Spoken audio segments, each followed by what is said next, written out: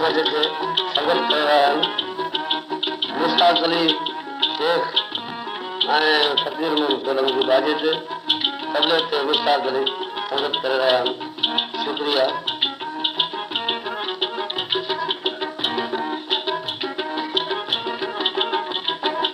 जब आवाज कुछ कम किया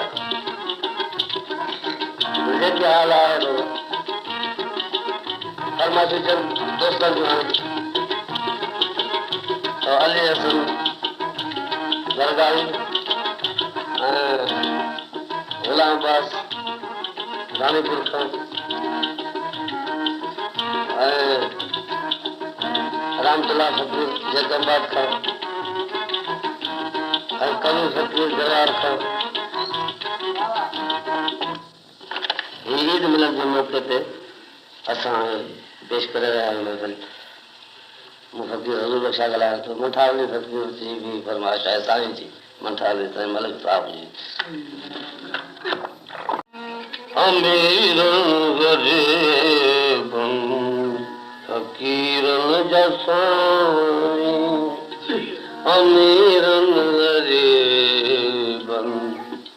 फ़क़ीरन जा साईं गरीबाज कर तू यतीमन जा साईं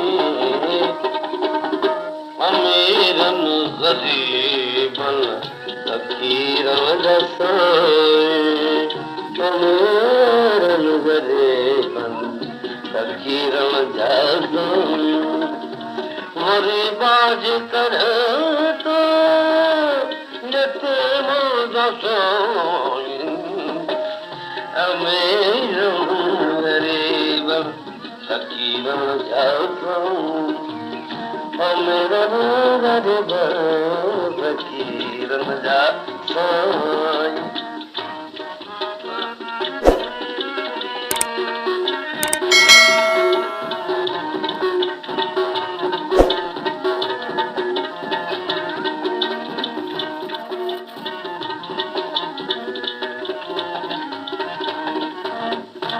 रहमत आवाज़ी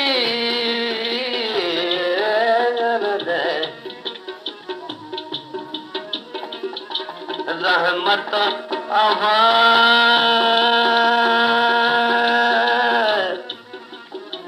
रहमत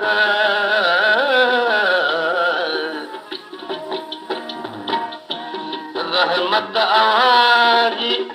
कॾहिं कीन खुटदी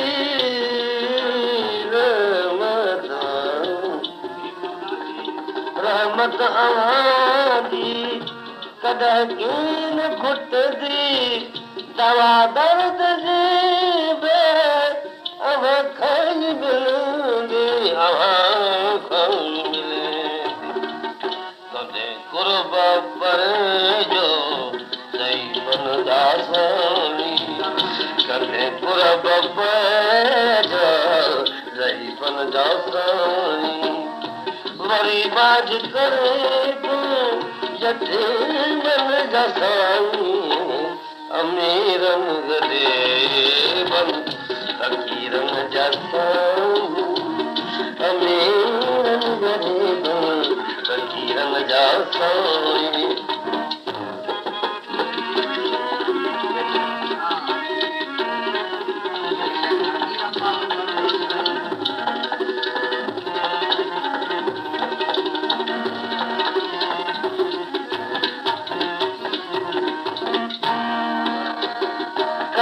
शाद थे जो न शाद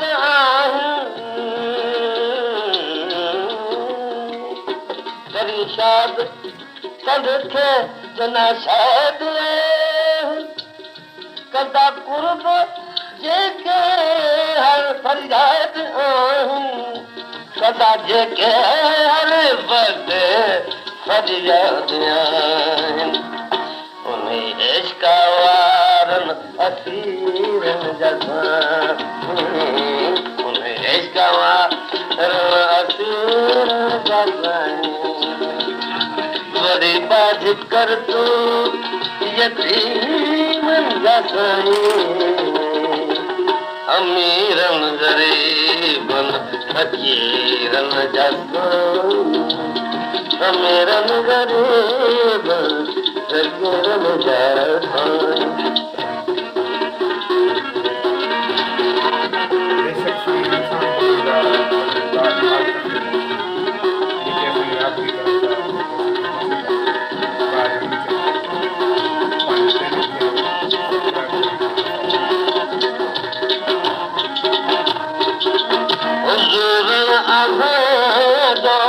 तलबगार आई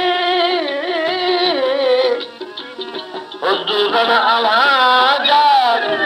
तलबगार करम कर तू पंहिंजो गुनहगार करम कर तू पंहिंजो गुनहगार सतायल सिकायल शरीरन जा सतायल सिकायल शरीरन जा वरी बाज कर तू अमीरन जा साईं वरी बाज कर तू यतीमन जा साईं अमीरन गरीबन फकीरन जा साईं अमीरन गरीबन फकीरन जा साईं